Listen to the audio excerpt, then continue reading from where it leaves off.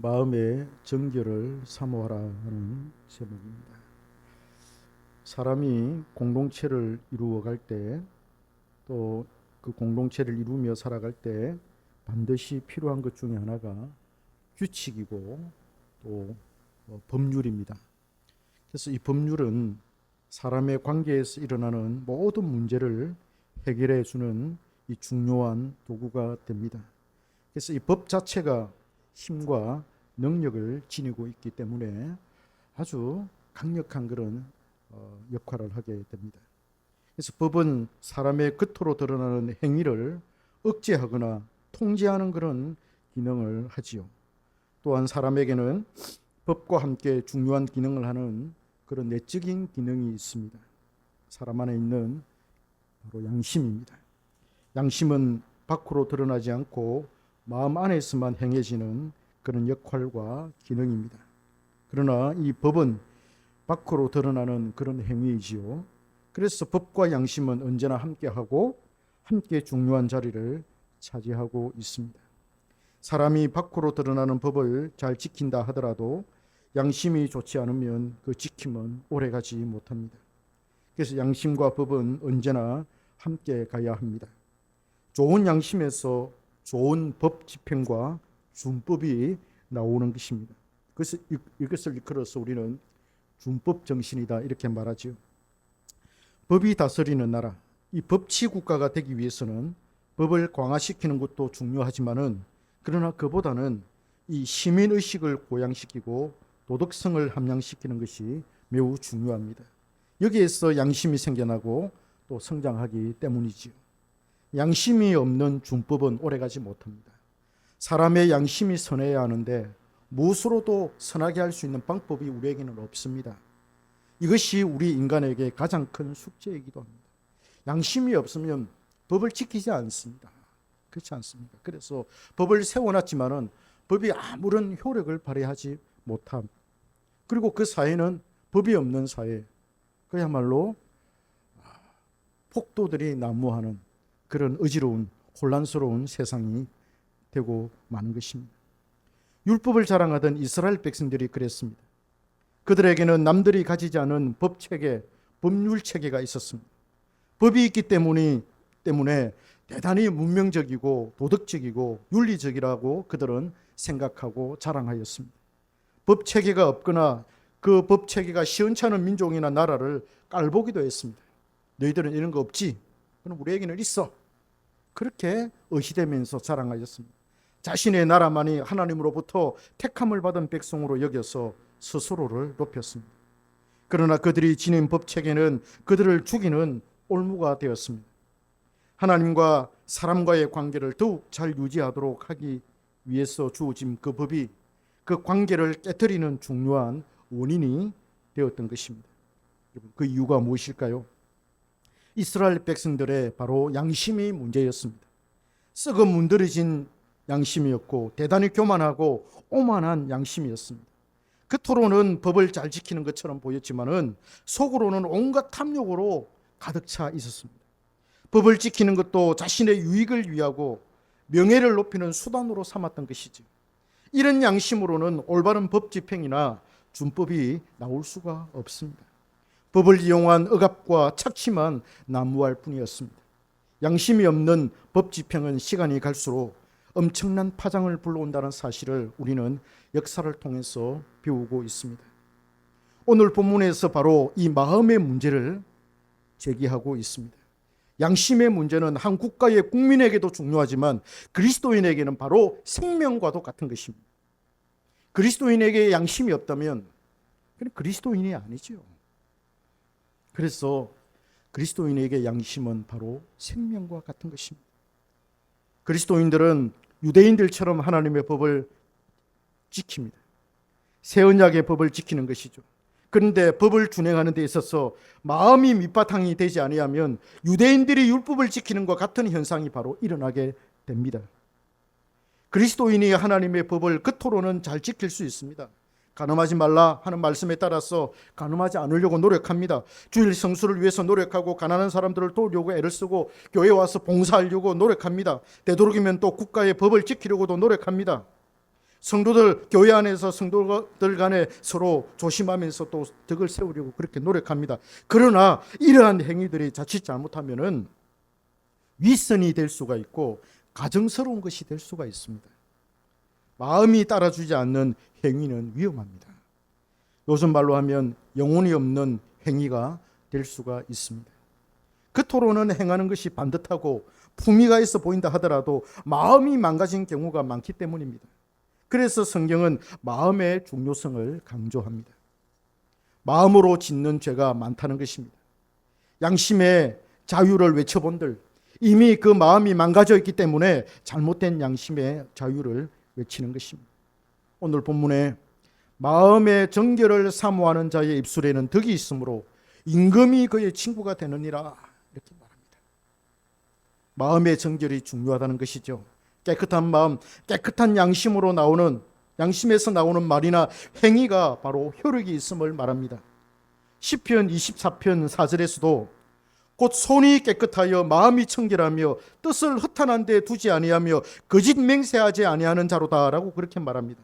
이 말씀은 시인이 누가 여호와의 산에 올라갈 수 있느냐, 누가 하나님의 거룩한 그 성전에 오를 수 있는지를 말을 할 때 마음과 행위가 깨끗한 자를 강조하고 있는 것입니다. 청결한 마음에서 나온 그 손의 행위를 말합니다. 마음의 의지, 즉 뜻을 허탄한 데 두지 않는 그 마음의 정결과 여기에서 나오는 거짓 맹세를 미워하는 행위를 시인은 논리적으로 언급을 하고 있습니다. 시편 73편 1절에서도 하나님이 참으로 이스라엘 중 마음이 청결한 자에게 선을 행하시나니라고 그렇게 말합니다. 하나님께서 은혜를 베푸시는 자가 누구인가라고 할 때 마음이 청결한 자임을 강조를 합니다. 마음의 정결과 청결이 중요하다는 것입니다.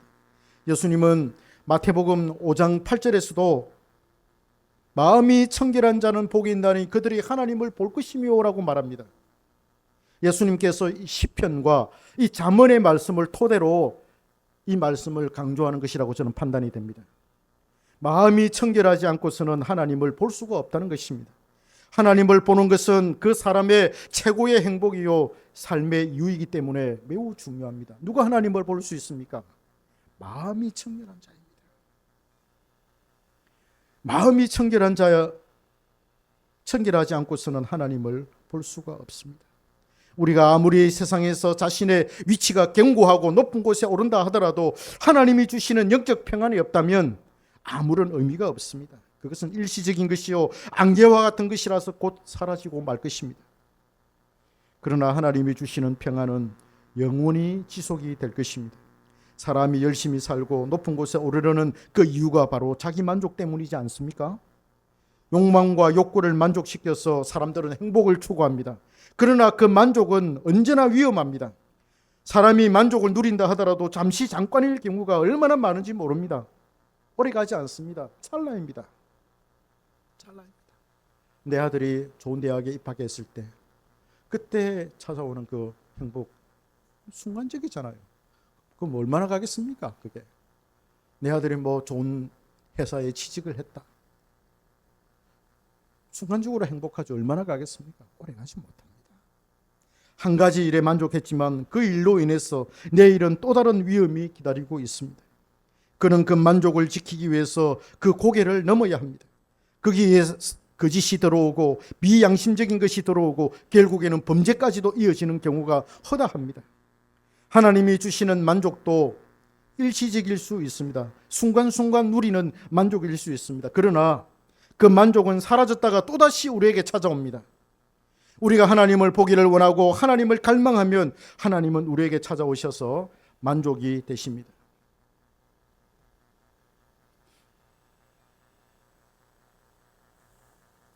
우리는 하나님을 눈으로 볼 수가 없습니다.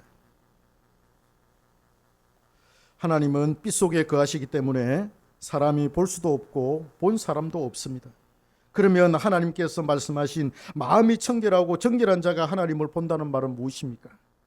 우리가 이것을 어떻게 이해할 수가 있겠습니까? 그 답은 간단합니다. 요한이 말합니다. 말씀이 육신이 되어 우리 가운데 거하심에 우리가 그의 영광을 보니 아버지의 독생자의 영광이요 의뢰와 진리가 충만하더라 라고 말합니다. 아들 예수 그리스도께서 보이시는 영광이 바로 아버지 하나님의 영광이라는 것입니다.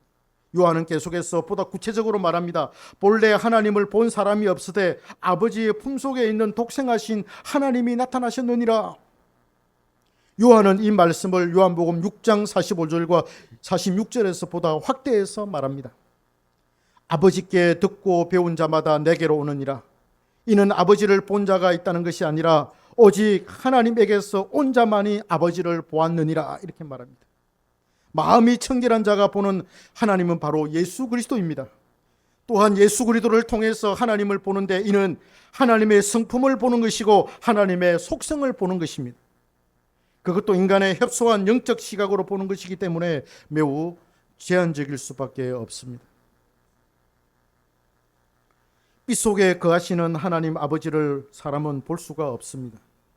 그가 아무리 뛰어난 영성을 소유했고 아무리 마음이 청결하다 할지라도 그는 결코 빛 속에 거하시는 하나님을 볼 수는 없습니다. 그러나 우리가 결코 볼 수 없는 하나님이 우리 가운데 나타나셨는데 그분이 바로 독생하신 아들 예수 그리스도이십니다. 우리는 예수를 통해 하나님을 볼 수가 있고 만질 수가 있고 포옹할 수가 있고 마음을 나눌 수 있고 서로의 마음속으로 침투해 들어갈 수가 있습니다. 이때 가장 강력하게 역사하시는 하나님은 바로 성령이십니다. 성령께서 우리로 하여금 예수께로 이끌고 예수 안에 거하게 하십니다. 그럼에도 불구하고 우리는 예수 그리스도를 통해서 하나님 아버지의 사랑과 그분의 성품을 느낄 수가 있고 또 즐거워할 수가 있습니다. 그래서 요한은 이것을 강조하고 있습니다. 자, 그러면 다시 마음의 정결함으로 돌아가 봅시다. 마음의 정결과 청결이 무엇인가요? 말씀을 따라 마음을 지키는 것입니다. 말씀의 지식을 깊이 이해하고 그 말씀이 주는 선을 지키는 것입니다. 마음이 부패하다는 것은 그 선을 넘어가는 것이죠. 처음에는 사랑으로 시작했다가 긍휼로 시작했다가 그 사랑이 연민으로 갔다가 나중에는 불륜으로 결론이 나는 경우가 허다합니다. 이 모든 것은 바로 선을 넘은 것입니다. 마음의 선, 지식의 선, 정상과 부패의 경계선을 넘은 것입니다. 대부분 이러한 경우는 지식이 없어서 발생이 되는 것입니다. 하나님의 말씀의 정확한 이해와 함께 그것이 믿음으로 화합되어야 하는데 그렇지 못한 경우입니다. 그 지식을 이해하여 알고는 있지만은 그 속에서 위치를 선점하지 못했기 때문에 아무런 능력을 발휘할 수가 없습니다. 이 일을 성령께서 행하시는데 성령은 바로 지식을 따라서 행하시지요.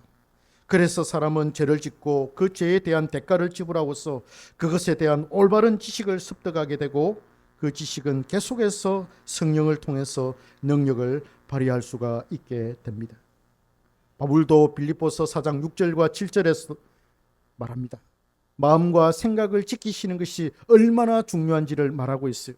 마음과 생각이 잘못되면 반드시 죄를 짓게 됩니다.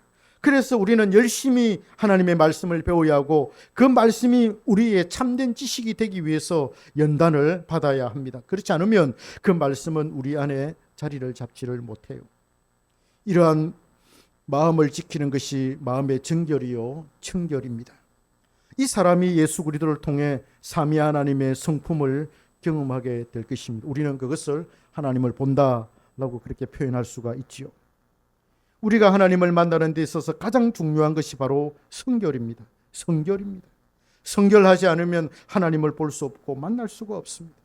하나님이 주시는 만족을 경험할 수가 없지요. 그래서 성결은 하나님의 말씀의 지식에서 나옵니다. 잠언 22장 12절에서 말합니다. 여호와의 눈은 지식이 있는 사람을 지키시나 사악한 사람은 사람의 말은 패하게 하시느니라. 잠언에서 솔로몬은 마음이 청결한 자의 입술이 덕이 있으므로 임금이 그의 친구가 된다고 말하고서 이어서 지식을 언급합니다. 여호와의 눈은 지식이 있는 사람을 지키신다는 것입니다.